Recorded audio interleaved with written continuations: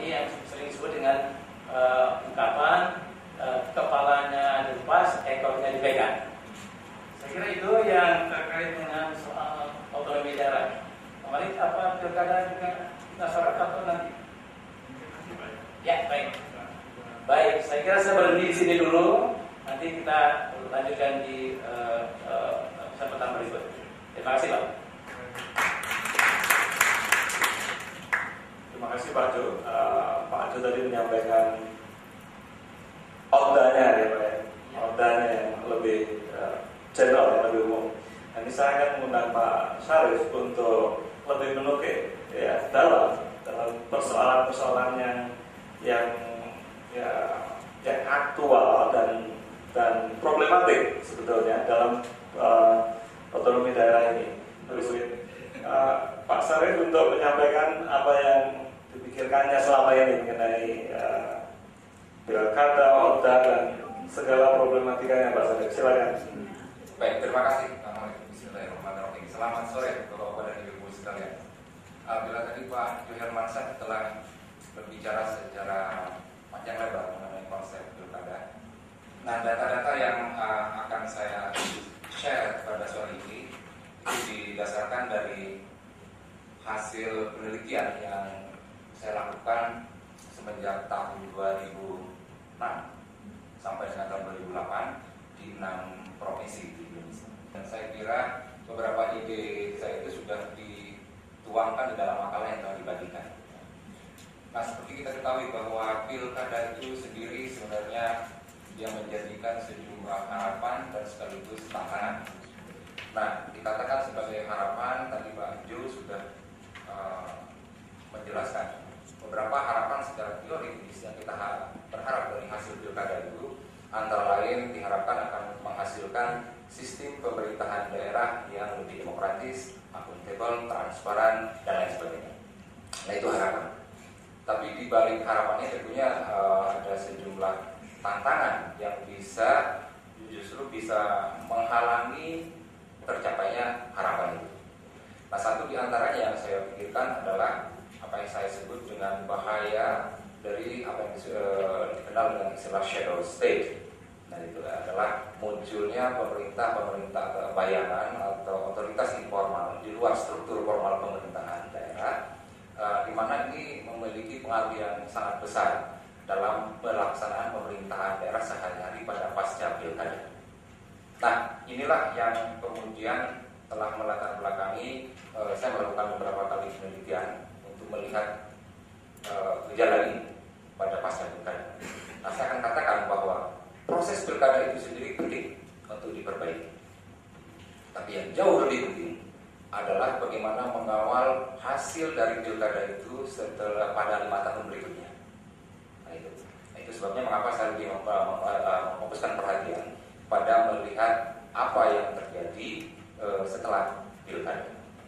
Nah, berbagai teori mengatakan, katakanlah Brian Smith, Argyros, dan lain sebagainya, mengatakan dampak positif atau harapan positif yang akan dilahirkan dari pilkada, seperti saya katakan tadi, akan menghasilkan pemerintahan yang demokratis dan lain sebagainya. Tapi saya membangun suatu proposisi bahwa apa yang dikatakan oleh Brian Smith dan beberapa teoretisi lainnya itu hanya akan mencapai kebenaran bila berangkat dari asumsi substantif demokrasi. Nah, kalau kita berpikir bahwa Indonesia pada saat ini telah memasuki periode substantif demokrasi, maka argumen teoritis yang dikatakan oleh beberapa ilmuwan seperti Brian Smith dan lain sebagainya dan teman-teman itu akan mendekati kebenaran. Artinya pilkada akan melahirkan pemerintahan daerah yang lebih demokratis, akan mengembangkan kapasitas dari civil society. Tapi saya membangun proposisi bahwa argumentasi yang dibangun oleh beberapa ilmuwan seperti Brian Smith tadi kurang relevan untuk digunakan dalam membaca dan melihat pilkada di Indonesia saat ini. Karena saya berangkat dari asumsi transisi demokrasi. Dalam kondisi transisi demokrasi yang lebih berperan dalam proses politik itu lebih diwarnai atau lebih didominasi oleh adanya aktor-aktor. Nah, atas dasar asumsi transisi demokrasi ini,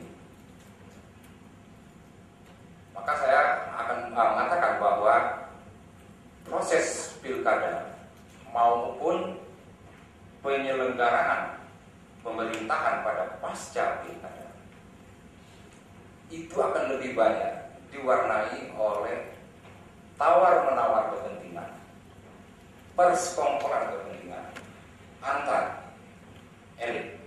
Antar elit dalam arti di satu sisi adalah state actors dan sisi lain societal actors, antar elit penguasa dan elit masyarakat.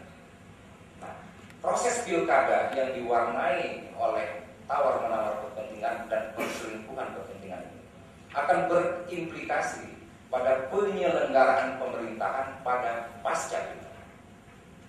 Karena perselingkuhan dan persekongkolan itu bukan dengan harga gratis. Dia memiliki kompensasi politik maupun ekonomi yang akan ditagih pada saat pasca pilkada. Bagaimana halnya dengan masyarakat? Dengan asumsi bahwa selama 34 tahun lebih pada masa Orde Baru, masyarakat dijauhkan dari politik dengan kebijakan politik. Nah, itu berarti masyarakat kita masih belum begitu memahami secara utuh tentang makna dari pilkada itu sendiri. Atau dalam bahasa politiknya mereka masih tergolong dalam parokial sebagian besar. Sehingga yang lebih siap dalam berpartisipasi sebenarnya belum dalam arti civil society, dalam arti yang sangat luas, tapi baru elit society, elit masyarakat. Nah, dalam kondisi seperti itu, sebagian besar pemilih masih berorientasi parokial, maka mereka akan lebih memberikan suaranya lebih didasarkan atas pertimbangan apa dan siapa. Siapa yang mencalonkan diri dan apa yang dia peroleh dalam waktu pendek dari si para calon, dari para kandidat. Itu sebabnya mengapa money politik dan kemudian segala macamnya terjadi pada proses pilkada. Dalam kondisi seperti itu, itulah kondisi masyarakat. Bukan kita mengecilkan hati masyarakat. Akibatnya proses pilkada itu sendiri dia didominasi oleh apa yang saya sebut tadi, perselingkuhan atau persekongkolan antar elit. Nah, kalau kita gambarkan dalam bentuk diagram, ini adalah proses pilkada di arena sebelah kiri ini, dan di arena sebelah kanan ini adalah dinamika politik pada pasca pilkada. Nah, kita lihat di sini pada proses pilkada kita sederhanakan saja, ada 3 tahap ini, ada 3 dinamika, ada pencalonan dan seleksi, ada kampanye pilkada, kemudian ada hari H. Ya, ada hari H pemilihan para kandidat, pasangan kepala daerah dan wakil kepala daerah. Nah, kemudian pada pasca pilkada, nah itulah yang kemudian disebut sebagai nanti pemerintahan formal. Pemerintahan formal itu artinya pasangan kepala daerah dan wakil kepala daerah yang terpilih dalam pilkada. Yang jadi persoalan adalah untuk bisa memenangkan proses pilkada sehingga nanti pasangan menjadi pimpinan formal pada pasca pilkada, itu membutuhkan 2 modal utama untuk bisa menang, yaitu modal politik dan modal ekonomi. Nah, modal politik itu bisa datang dari dirinya sendiri, dari pasangan itu bisa karena karismatis, ganteng, cantik, artis masuk di situ, itu antara lain. Nah, itu antara lain salah satu sumber modal politik. Tapi modal politik itu juga bisa bersumber dari partai politik, dari tokoh masyarakat, atau bahkan dari aktor-aktor tertentu dalam masyarakat.